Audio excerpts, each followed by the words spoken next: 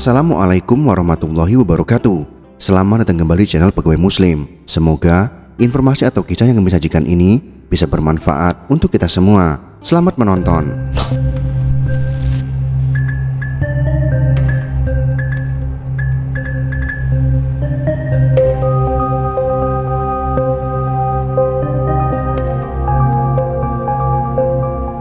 Ada banyak orang yang mengatakan Plato itu nabi dengan argumen bahwa teori ide Plato tidak bertentangan dengan konsep Islam.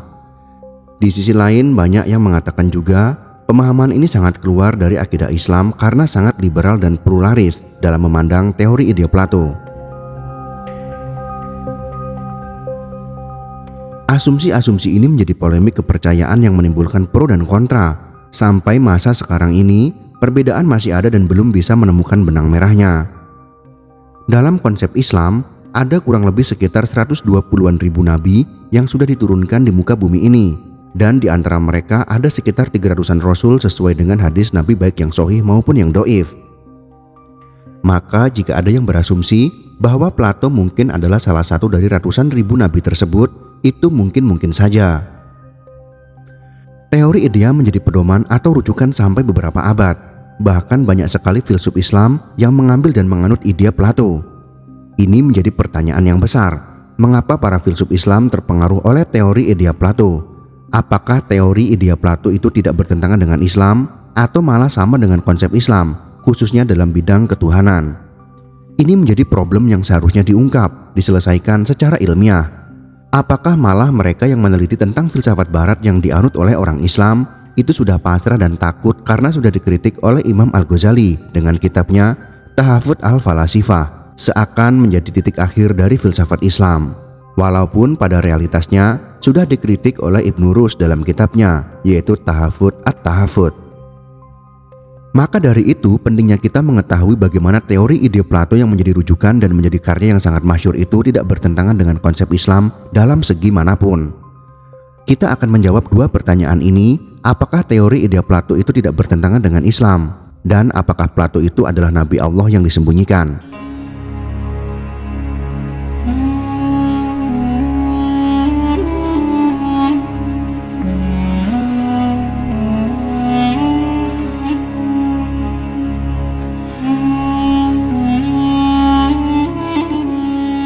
Plato adalah seorang filsuf Yunani. Ia dilahirkan di kota Athena pada tahun 428 sebelum Masehi, jauh sebelum Nabi Muhammad SAW dilahirkan.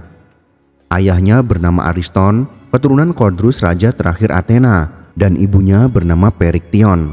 Ia adalah keturunan bangsawan atau berdarah biru, baik dari jalur ayah maupun juga jalur ibunya. Sejak kecil Plato sudah mengikuti diskusi-diskusi Socrates, seorang tokoh filsuf Yunani yang menjadi guru dari Plato pada masanya. Namanya saat lahir adalah Aristokles. Plato merupakan nama pemberian dari gurunya. Ia memperoleh nama itu karena bahunya yang lebar, sepadan dengan badannya yang tinggi dan tegap. Raut mukanya, potongan tubuhnya serta parasnya yang baik. Pelajaran yang diperolehnya di masa kecil, selain pelajaran umum, adalah menggambar dan melukis, disambung dengan belajar musik dan puisi. Sebelum dia dewasa, dia sudah pandai membuat karangan yang bersajak. Di masa itu, Plato mendapat didikan dari guru-guru filsafat. Pelajaran filsafat mula-mula diperolehnya dari Kratilos. Kratilos dahulunya adalah murid dari Heraklitos yang mengajarkan semuanya berlalu seperti air. Plato mengikuti pelajaran dari Socrates sejak dia berumur 20 tahun. Masa muda yang penuh dengan semangat dalam menjalani aktivitas apapun.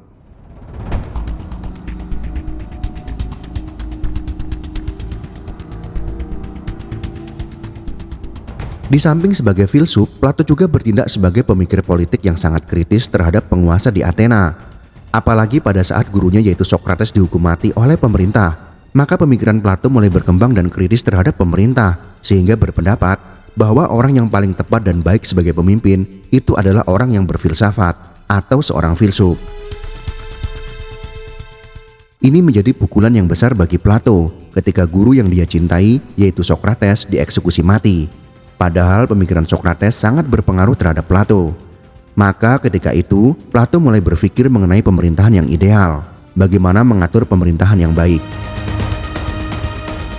Plato pada masa mudanya menyukai dunia lukis dan gambar, dan juga sering menekuni filsafat Kratilos yang menganggap bahwa semua ini adalah mengalir seperti air yang mengalir. Dari sejak kecil Plato suka sekali dengan diskusi-diskusi, karena dengan diskusi maka kita bisa menyelami pikiran orang lain dan dapat mengambil manfaatnya. Setelah Sokrates meninggal, maka Plato pergi ke Athena untuk mengembangkan ilmunya yang menurutnya masih kurang, selama kurang lebih 12 tahun lamanya, dan juga pergi ke berbagai tempat sampai Plato berada di Sisilia, Italia Selatan, yang bertemu dengan raja yang bernama Dionysius. Plato juga akrab dengan keponakan raja yang bernama Dion. Dengan melihat kondisi kerajaan yang sengsara, banyak peraturan yang tidak bijak, maka Dion dan Plato bersepakat untuk menasihati raja dengan mengkritik rajanya, supaya dalam pemerintahannya menggunakan pemikiran filsafat Plato. Namun ternyata nasib Plato mengenaskan, ia malah dituduh orang yang berbahaya di kerajaan, sehingga Plato diusir dan dibuang ke pasar budak.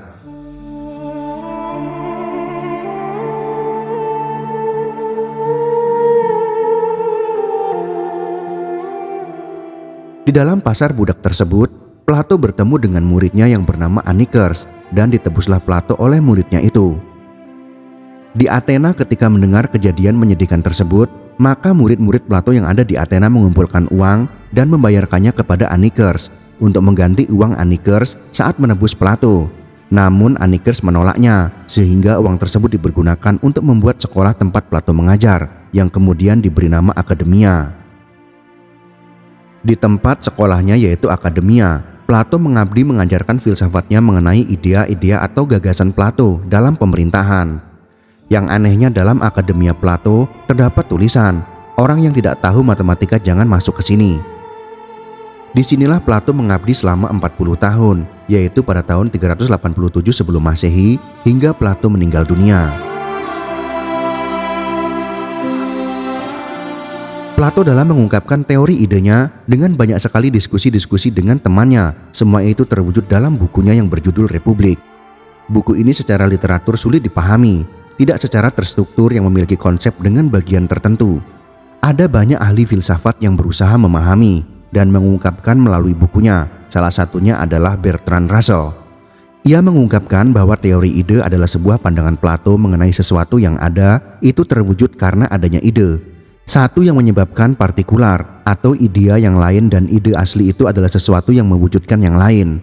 Untuk memudahkan dalam memahami, kita ambil contoh ketika kita melihat ranjang, maka itu adalah ranjang yang dibuat oleh si tukang kayu.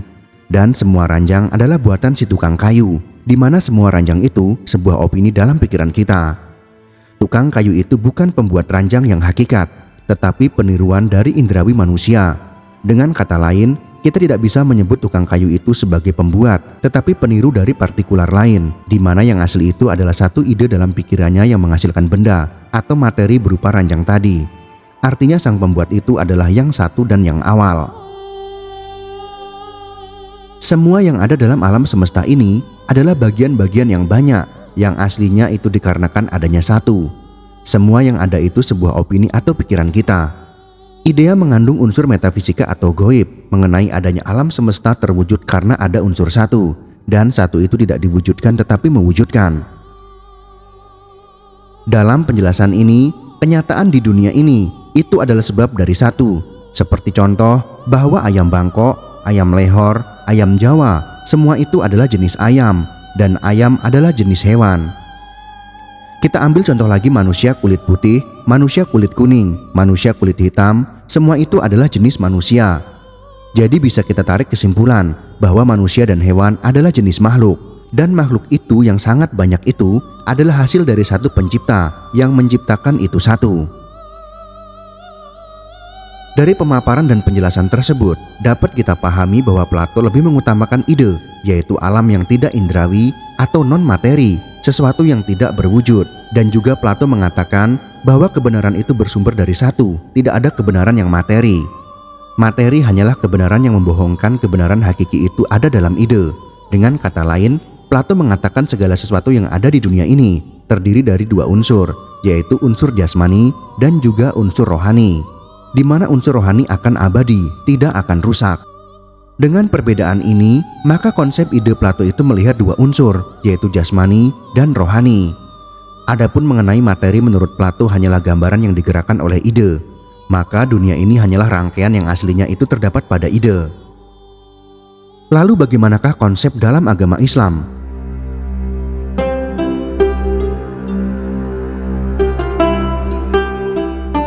Agama Islam bukan hanya sekedar agama spiritual tetapi juga agama rasional. Dan Islam bukan hanya agama doktrin teologi tetapi agama yang beradab.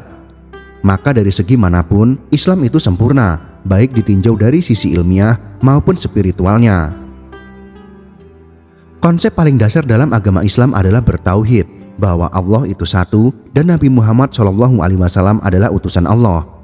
Itu adalah konsep secara umum tentang Islam, walaupun banyak sekali perbedaan interpretasi pada orang Islam itu sendiri. Ada yang berfaham Mu'tazilah, Qadariyah, Syiah, Jabariyah, dan lain sebagainya. Itu adalah golongan-golongan dalam Islam, tetapi secara umum konsep dasarnya adalah bertauhid. Jika diteliti secara harfiah pun secara lafaz bermakna tunggal, yaitu berawal dari kata ilahun yang artinya Tuhan, lalu ditambahkan al-ma'rifat menjadi Allah yang mengandung arti Tuhan yang satu, tidak ada yang menyamainya. Ia adalah satu-satunya yang berhak mendapatkan atribut ketuhanan.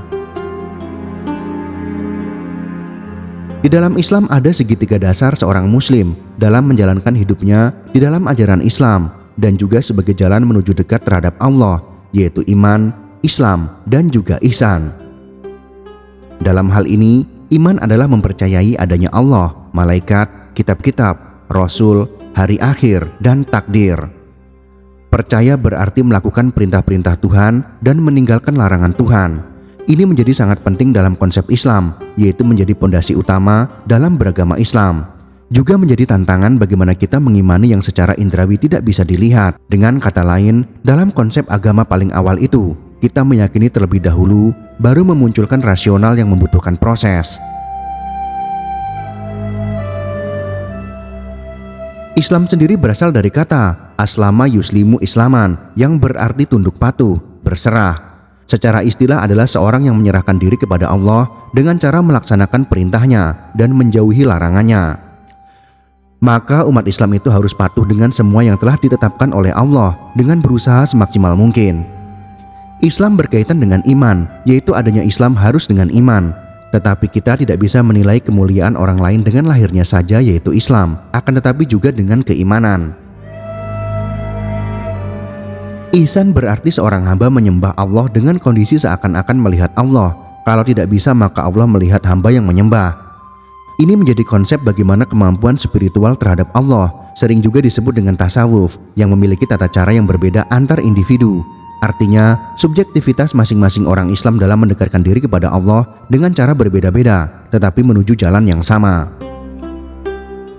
Dari penjelasan tersebut secara keseluruhan dapat kita simpulkan bahwa konsep Islam pada dasarnya itu bagaimana keyakinan yang dimiliki oleh seorang muslim mengenai sesuatu yang ghaib, yang mana menjadi objek menyembah, meminta pertolongan, meminta kebaikan, dan semuanya yang berupa metafisika dalam Islam itu semua dapat diyakini secara penuh dan bukan hanya meyakini, tetapi juga berupa mewujud implementasi dalam kehidupannya, yaitu melaksanakan peraturan-peraturan agama dan meninggalkan larangan-larangan di dalam agama Islam.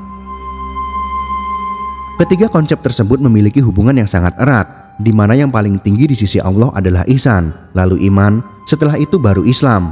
Dengan kata lain, seorang yang muhsin dapat dikatakan mukmin dan muslim, tetapi seorang muslim tidak bisa dikatakan mukmin dan muhsin, dan juga mukmin bisa dikatakan muslim, tetapi belum pasti muhsin. Dengan ini jelas bahwa dalam konsep Islam memiliki trilogi yang saling berkaitan. Yang dilihat di sisi Allah adalah muhsin dan dapat dikatakan puncak seorang hamba kepada Tuhannya. Lalu bagaimanakah pemikiran Plato dengan konsep Islam tersebut? Apakah berlawanan atau malah beriringan?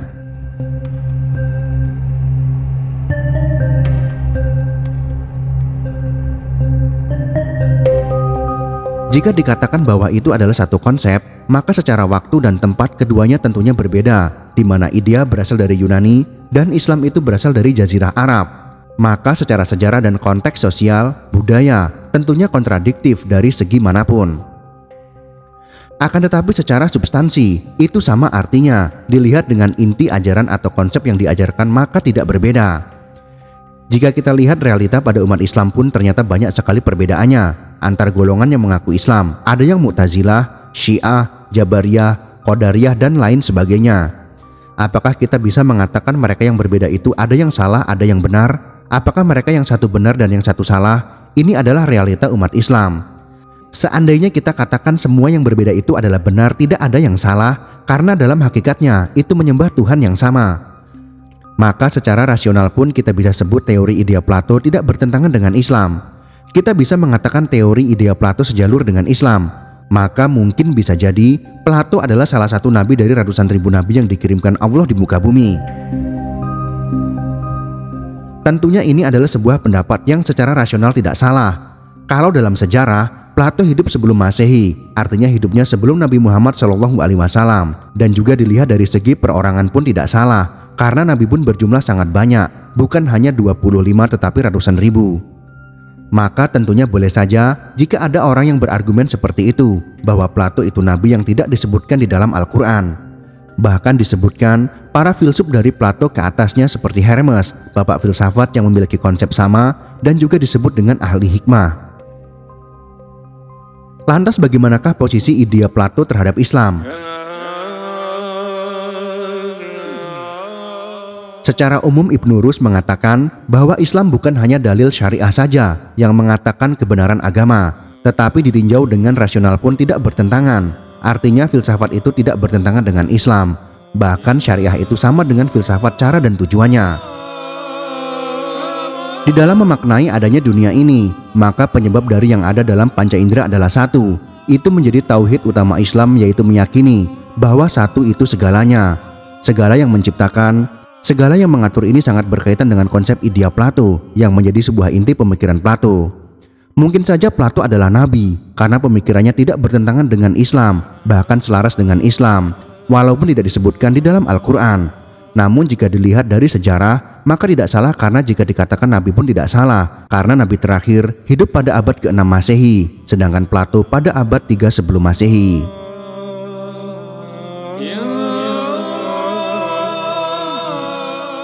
Dari pembahasan tersebut dapat kita simpulkan bahwasanya teori ide Plato adalah pemikiran Plato tentang alam semesta, mengenai semua aspek baik dari segi kehidupan, penciptaan serta keabadian makhluk, yang intinya di dalamnya adalah semua yang ada karena ada satu.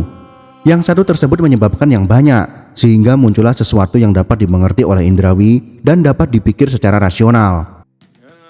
Ini menjadi sulit untuk mengetahui kebenaran yang hakiki, karena tingginya sesuatu yang satu, yaitu Tuhan, sehingga menimbulkan kesalahan manusia mengenai kebenaran yang hakiki. Dengan kata lain, Plato menyalahkan seseorang yang mengatakan kebenaran adalah sesuatu yang eksistensi. Dalam teori idea Plato disebutkan bahwa semua yang ada itu karena ide yang satu. Dengan kata lain, semua yang dapat dimengerti oleh indrawi adalah tiruan belaka, yang asli adalah Tuhan. Jadi semua yang ada adalah gambaran dari idea. Idea ini yang menunjukkan kebenaran absolut yang tidak dapat diganggu-gugat. Dengan kata lain, Plato mengatakan dalam idenya bahwa sesuatu yang ada memiliki dua unsur, yaitu rohani yang berkaitan dengan ruh dan jasmani yang berkaitan dengan indrawi. Sedangkan konsep Islam itu secara substansi tidak bertentangan dengan ide Plato. Konsep idenya sama dengan konsep agama samawi pada umumnya. Jika ditinjau dari segi tahun, Plato hidup sebelum Masehi dan Nabi akhir zaman hidup pada abad ke-6 Masehi.